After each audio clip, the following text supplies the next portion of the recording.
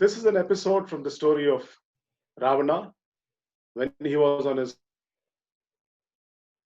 conquest of India. He was conquering kingdom by kingdom, and finally he had reached Ayodhya. So that's where this story now begins, from the point of Ravana. By the time we reached the petty kingdom of Ayodhya on the banks of river Sarayu, the monsoon had ended. The river turned black with rage. At a distance, we could see several hutments, rundown buildings, carrying a torn flag. The emblem on it was a rising sun. But going by the condition, it should have been the city of the setting sun.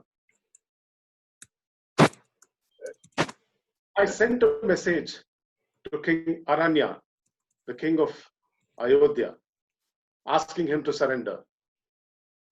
Several days went by, but there was no message from him. I grew impatient. I didn't like this at all.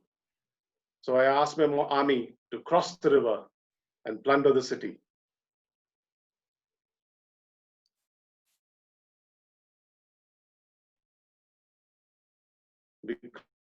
It was unbelievable. Of all the places I had seen, this was probably the worst. The streets were filthy, naked urchins ran around. Flies buzzed around, rotting carcasses of dogs, pigs were eating refuse, and people lived on the streets, urinating, defecating where they lived. The streets were narrow, winding. It was a dust bowl.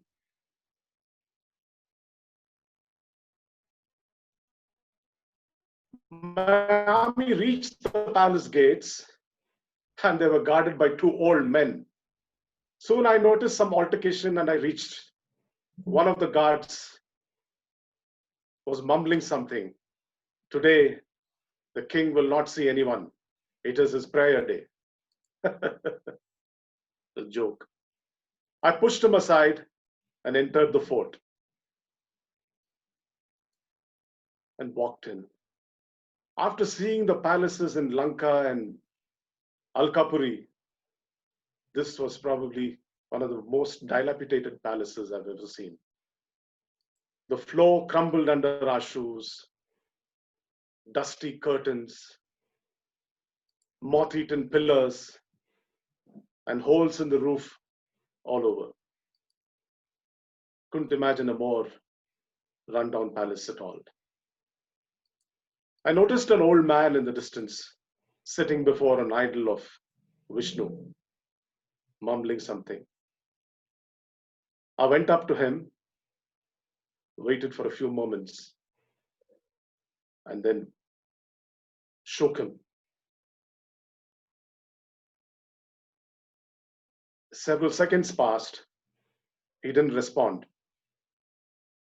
Then he slowly turned and got up falteringly. I extended a supporting hand to give him a helping hand. He shook it off, and in a tone that belayed his age, "You Shudra, do not pollute me." I was taken aback, and so were my men.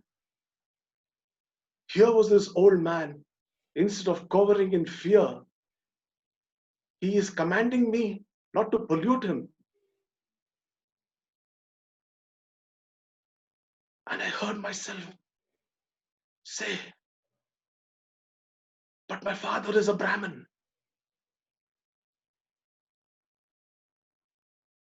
You untouchable, your mother is casteless. So that makes you a polluted one. Don't you know? I am not a Shudra. I am an Asura.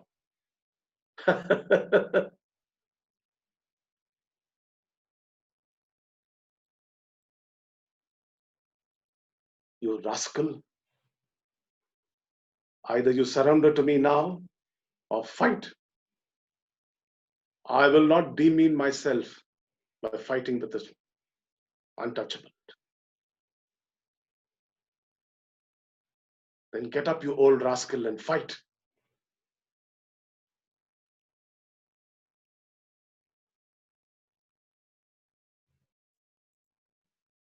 I grabbed him by his throat and placed the blade of my sword at the nape of his neck.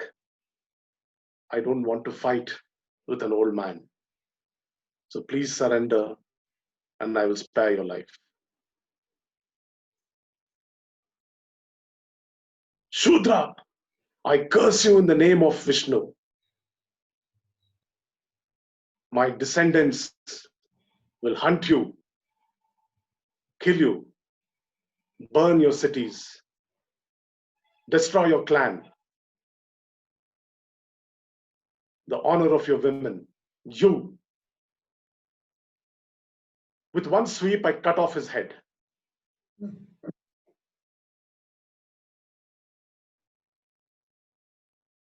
And I held his severed head in my hand and placed it over the idol of Vishnu. The blood dripped from his head. Here, Vishnu, is your devotee blood. And then with one kick, like a ball, I hit his head and it fell at the idol's feet. The blood-soaked lips of Vishnu mocked at me smilingly. With a mighty blow of my sword, I broke its head. Then I left my army to plunder the palace. There was nothing left to plunder except for the old temple. My men found precious stones inside the idol, and the garlands on the idol were made of pure gold. And studded ornaments. I left the plundering to my men and wandered around. I thought to myself, here, the people outside were hunger, and the king was decorating his god with precious stones and gold, and he had the temerity to call me a Shudra.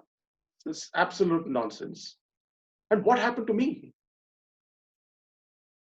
Why was I mentioning that I was a Brahmin? I hated my father. I hated the Devas. I hated their culture or their lack of it. I am a proud Asura. I am the emperor. I will be one.